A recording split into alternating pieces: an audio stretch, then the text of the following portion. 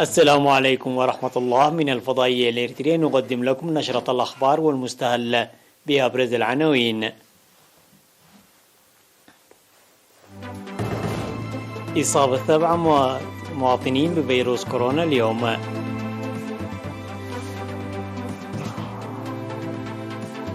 دعوة للدفع بالدور مول في تطور فرص العمل وخلق الإنتاجية. لقاء للحد من العادات الضارة في إقليم جنوب البحر الأحمر. أمريكا تقول إن المحادثات مع إيران عند نقطة فارقة. سفن إنذار روسية تتحرك إلى البحر الأسود وسط توتر مع الغرب. الرئيس المكسيكي يفكر في وقف العلاقات مع إسبانيا. من العناوين إلى التفاصيل. إعلان وزارة الصحة. أعلنت وزارة الصحة بأن الفحوصات المخبرية التي جرت اليوم في مراكز الفحص في أقاليم الأوسط والجنوبي وشمال البحر الأحمر أظهرت إصابة 8 مواطنين بفيروس كورونا، وقد ظهرت 4 إصابات في مراكز الفحص بالإقليم الأوسط، وهم منقجرات ومصابون قادمون من دباروا وسنعفة، و3 من مركز الفحص بعرزة وعد قيح وماي عيني، وكذلك إصابة واحدة في مركز العزل بمدينة مصوع إقليم شمال البحر الأحمر. في غضون ذلك شفيت 23 مريض كورونا، 6 من الإقليم الأوسط و8 من شمال البحر الأحمر و9 من الإقليم الجنوبي. وبهذا بلغ عدد المصابين بفيروس كورونا في البلاد حتى الآن 9660، شفي منهم 9434 وتوفي 102 مريض، فيما لا يزال 124 من المرضى يتلقون العلاج بالمستشفيات. وزارة الصحة 10 من فبراير لعام 2022.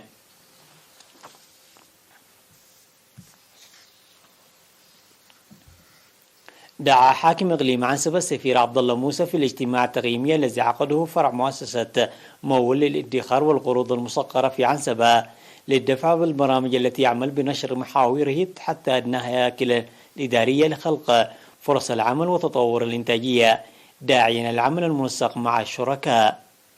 ووضح في التقييم المنعقد في حاضرة الإقليم مدينة كرم في 8 من فبراير الجاري بأن البرنامج حقق أعمالا مرضية في الجهود الجارية بالتنسيق مع الإدارات للوصول إلى كافة المناطق والمديريات التي لم يصل إليها في السابق.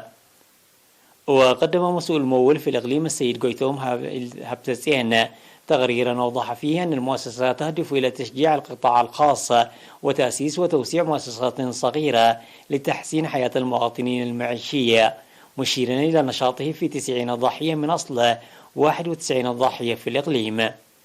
وقال أن المؤسسة تمتلك 11692 مستفيدا في 9 مديريات الإقليم، وكذلك مديريتي منصورة وكركبات بالقاش بركة.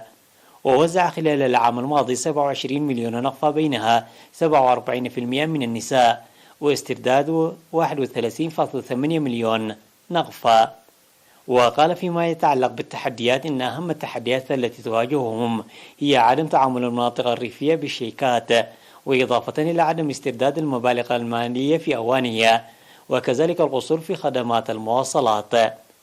أما المدير التنفيذي لمول بالإنابة السيد تافلاس مورون قال من جانبه أن الهدف الرئيسي الذي تأسست المؤسسة من أجله تحسين حياة المواطنين المعيشية، وأن نماء الاستثمار الجاري في الزراعة وتنمية البساتين وتربية الحيوانات وغيرها من التجارة المصغرة يحتاج توسعة جهود أعضاء المؤسسة ورفع معرفة المواطنين، ويتطلب ضرورة العمل بجدية. هذا وتتوفر في فروع مديريات كرن وعلا برد وحمل مالو وحقات 137 بنكا أهليا.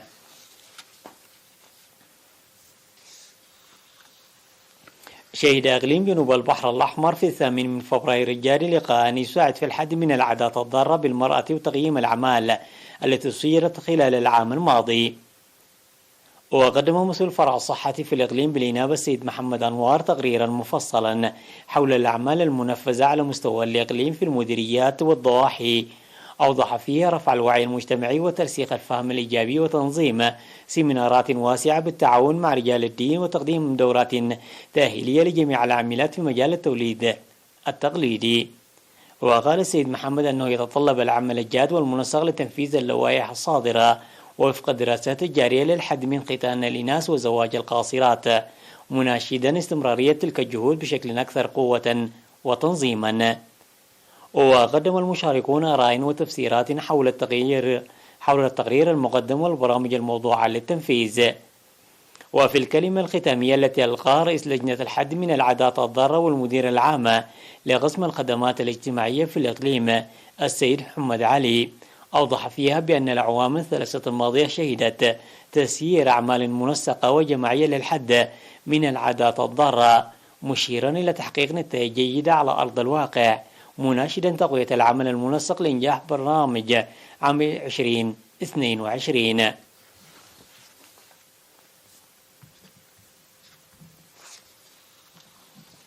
بحث شباب الجبهة الشعبية للديمقراطية والعدالة في جوبا بجنوب السودان وضواحيها في السيمينار المنعقد في 6 من فبراير بالسفارة الإريترية تحت شعار دور المجتمع في النهوض وازدهار البلاد، بحثوا برامج التصدي.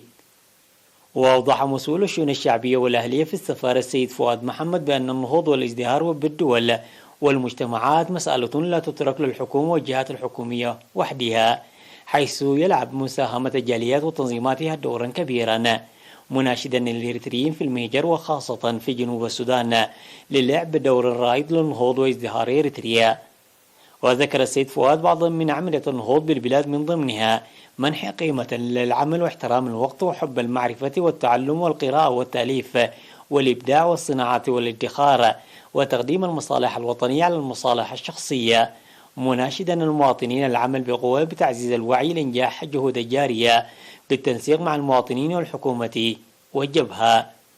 بدورهم قال المشاركون أن العمل لتأمين التطوير الشامل للبلاد بتعزيز الروابط والوعي الوطني وخاصة لدى الشباب والوعي المهام وطنيا لا يحتاج إلى توصية، وعلى المجتمع العمل على المستوى الفردي والجماعي مانحا اهتمام أكبر لذلك، مدركين المهام الوطنية، مؤكدين في الوقت ذاته جاهزيتهم لتنفيذ ما يطلب منهم.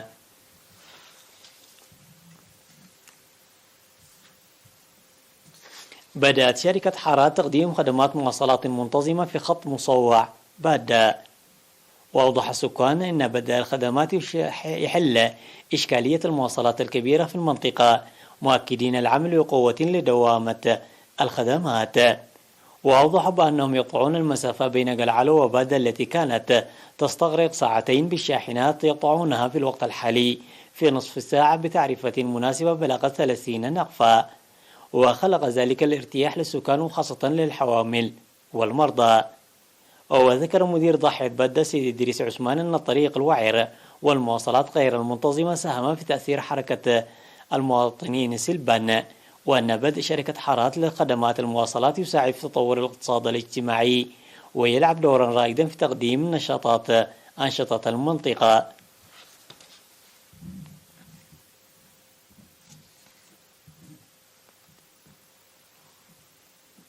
الأخبار العالمية بعد فاصل قصير.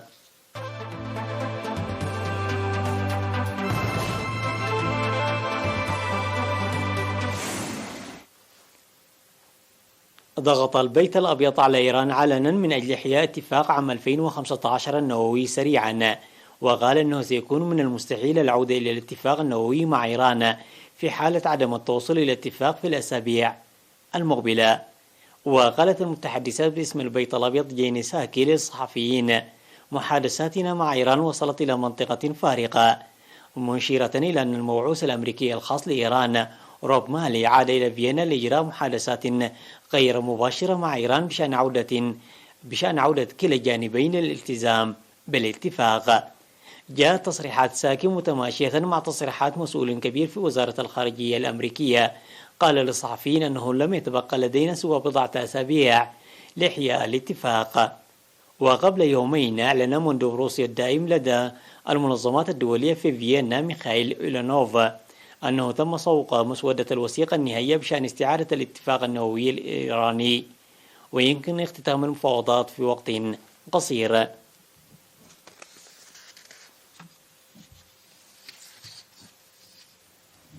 قالت وكالات إخبارية ومواقع أن سفنا حربية روسية قادرت ميناء طرموس الواقع غرب سوريا واتجهت إلى البحر الأسود ضمن مناورات عسكرية وروسيا إجرائها بالتزامن مع توتر علاقتها مع الغرب بسبب الأزمة الأوكرانية. وأشارت إلى أن مجموعة كبيرة من السفن الحربية الروسية عبرت مضيق البوسفور في مدينة اسطنبول بتركيا في طريقها من البحر المتوسط إلى البحر الأسود. بدورها قالت وزارة الدفاع الروسية أن تحرك السفن مخطط له مسبقا ضمن تدريبات عسكرية بحرية تشارك فيها هذه السفن، إذا تجري روسيا مناورات عسكرية متعددة الجبهات من المحيط الهادئ إلى المحيط الأطلسي.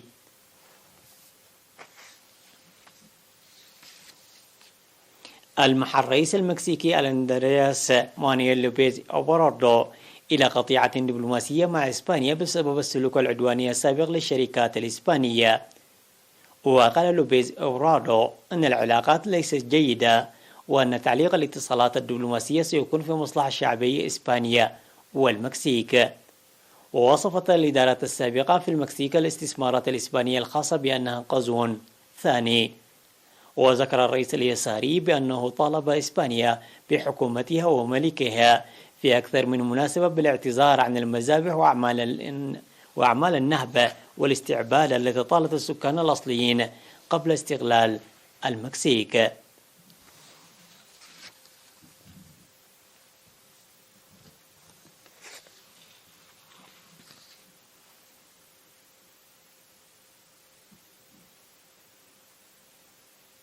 تحاول شركة سامسونج تعويض الخسائر التي سجلت في سوق مبيعات هواتفها عبر إطلاق سلسلة جديدة من طراز جالاكسي اس التي صممت بهدف جذب المستهلكين الذين يصورون بشكل متزايد الفيديوهات لنشرها على منصات مثل تيك توك وفيسبوك ويوتيوب وغيرها.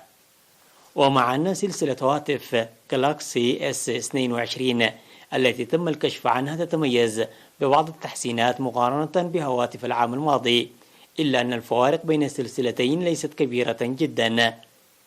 ويرى بعض الخبراء أن المستهلكين لا يرون تغييرا كبيرا بين موديلات سامسونج السنوية وتنقصهم قدرة إدهاش المستهلك. وتراجعت مبيعات الموديلات الأقل التي تنتجها سامسونج في السنوات الأخيرة، علما أن الموديلات الأرخص التي تنتجها الشركة نفسها تحقق مبيعات جيدة جدا.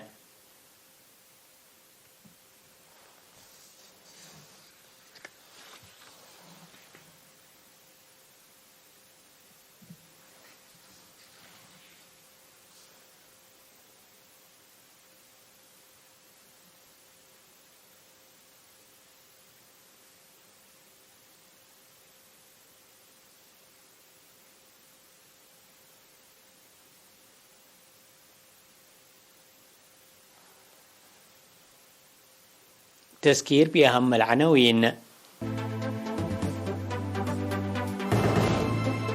إصابة 8 مواطنين بفيروس كورونا اليوم. دعوة للدفع بدور ممول في تطوير فرص العمل وخلق الإنتاجية. لقاء للحد من العادات الضارة في إقليم جنوب البحر الأحمر. أمريكا تقول إن المحادثات مع إيران عند نقطة فارقة ولا بد من اتفاق خلال الأسابيع. سفن إنزال روسية تتحرك إلى البحر الأسود وسط توتر مع الغرب. رئيس المكسيك يفكر في وقف العلاقة مع إسبانيا. انتهت النشرة، إلى اللقاء.